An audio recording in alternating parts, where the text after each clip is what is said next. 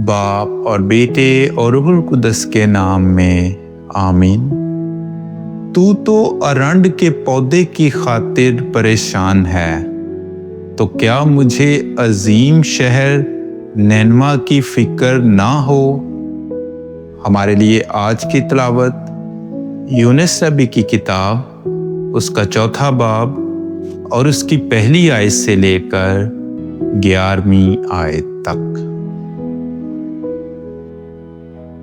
और यूनुस इस अमर से बहुत नाखुश और गुस्से हुआ और उसने खुदावंद से दुआ करके कहा, ऐ खुदावंद, क्या मैंने यही ना कहा था जब मैं अपने मुल्क में था, और इसी सबब से मैं जल्दी करके तरशीश को भागा, क्योंकि मैं जानता था कि तू खुदाए रहीमो मेहरबान है, तवीलुल सब्र और निहायत शफीक, जो अजाब लाने से पछताता है।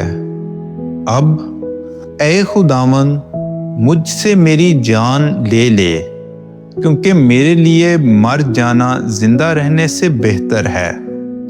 खुदावंद ने कहा, क्या तेरा गुस्सा रास्त है? और यूनुस शहर से बाहर मशरिक की तरफ जा बैठा और वहां अपने लिए एक छप्पर बनाकर उसके साए में बैठ रहा कि देखे शहर का क्या हाल होता है।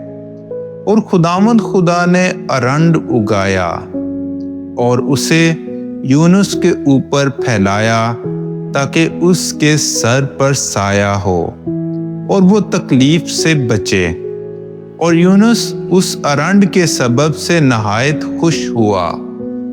लेकिन दूसरे दिन सुबह के वक्त खुदा ने एक कीड़ा भेजा, जिसने अरंड को काट डाला, तो वो सूख गया।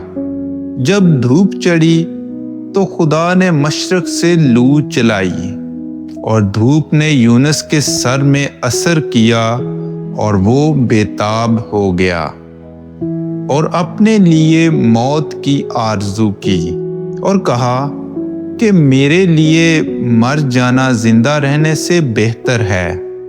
इस पर खुदा ने यूनुस से कहा कि क्या इस अरंड के लिए तेरा गुस्सा रास्त है? उसने कहा कि यहाँ तक गुस्से होना रास्त है कि मौत चाहूं। खुदावंद ने कहा कि तुझे इस अरंड की इतनी फिक्र है, जिसके लिए तूने ना मेहनत की और ना उसे उगाया। वो तो एक ही रात में उगा और एक ही रात में सूख गया। तो क्या मुझे इस शहरे अजीम नैनवा की फिक्र ना होगी, जिसमें बेशुमार मवाशी के अलावा 1,20,000 से ज्यादा ऐसे इंसान हैं जो अपने दाएं और बाएं हाथ में भी इम्तियाज नहीं कर सकते। पाक कलाम के पढ़े और सुने जाने पर खुदा की बरकत हो।